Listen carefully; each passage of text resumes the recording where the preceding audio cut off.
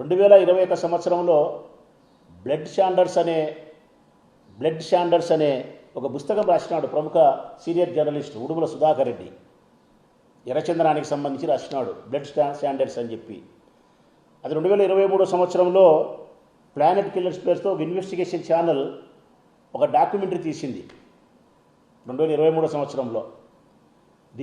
ఈ Udumala Sudhakar Reddy senior journalist రాసిన పుస్తకం ఆధారం ప్రకారం 2023 సంవత్సరంలో ఒక డాక్యుమెంటరీ. ఆ డాక్యుమెంటరీలో ఎక్కడే కానీ జగన్ గారి పేరు కానీ జగన్ గారి ఫోటో కానీ ప్రస్తావన కానీ లేదు. ఇప్పుడు కొత్తగా ఈ పచ్చమూకల యొక్క కుతంత్రముతో వీరి కుట్రలతో ఇప్పుడు కొత్తగా డిస్కవరీ అనే ఒక మళ్ళీ డాక్యుమెంటరీ తయారు చేసినారు. ఇప్పుడు మళ్ళీ కొత్తగా ఆ డాక్యుమెంటరీ పేరు కూడా ఏంటంటే కన్నా జావా డిస్కవరీ. ఈ జావా డిస్కవరీ అనే ఈ ఛానల్ ద్వారా ఏవైతే డాక్యుమెంటరీ కథనం తయారు చేసినారో దీంట్లో ఉన్నట్టుండి జగన్ గారి ఫోటో, జగన్ గారి ప్రమేయము ఇవన్నీ తీసుకొచ్చి పెట్టినారు. ఎవరికి? కొల్లం గంగిరెడ్డి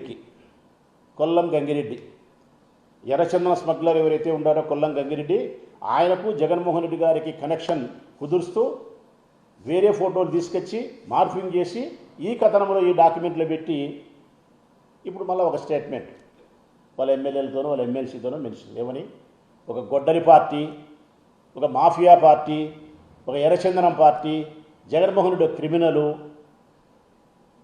ఇష్టం వచ్చినట్టు మాట్లాడుతున్నారు. వాస్తవానికైతే నిజానికి మేము మాట్లాడాల్సి వస్తే కనుక తెలుగుదేశం పార్టీ ఒక వెన్నుపోటు పార్టీ, ఒక మోసాల మేనిఫెస్టో, అది ఒక అబద్ధాల పథకాల పార్టీ. పెదబాబేమో 420, చిన్నబాబేమో రెడ్ బుక్ రాజ్యాంగానికి అధ్యక్షుడు. వీళ్ళు మాట్లాడేది మాత్రం ప్రతిరోజు నీతి మాటలే మాట్లాడతారు. ప్రతిరోజు జగన్మోహన్ రెడ్డి గారిని ఈ రాష్ట్ర ప్రజల హృదయాలలో బలహీనపరిచే ప్రయత్నం చేస్తారు. కొల్లం గంగిరెడ్డి గురించి మాట్లాడే ముందు వీరు గురివిందగించే సామెతను కూడా అర్థం చేసుకోవాలా. రాయచోటి తాలూకా సుండుపల్లి మండలం దేశమందరికీ తెలిసిన వాడే మహేష్ నాయుడు. ఈరోజు కొత్తగా ఏదో ఈ మీడియా కోసం మాట్లాడేది కాదు.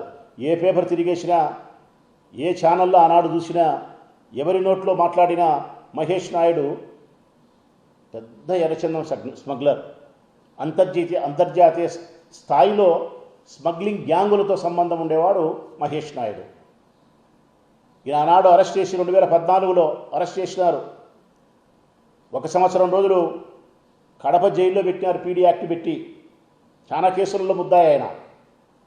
ఈయన ప్రముఖ తెలుగుదేశం పార్టీ నాయకుడు, నేడు అధికార రాష్ట్ర ప్రతినిధి తెలుగుదేశం పార్టీకి. ప్రజలారా,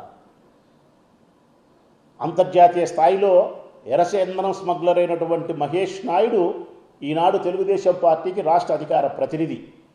నేను ఎట్లయితే వైఎస్ఆర్ కాంగ్రెస్ పార్టీకి రాష్ట్ర అధికార ప్రతినిధినో నాలాగే ఆయన అధికార ప్రతినిధి.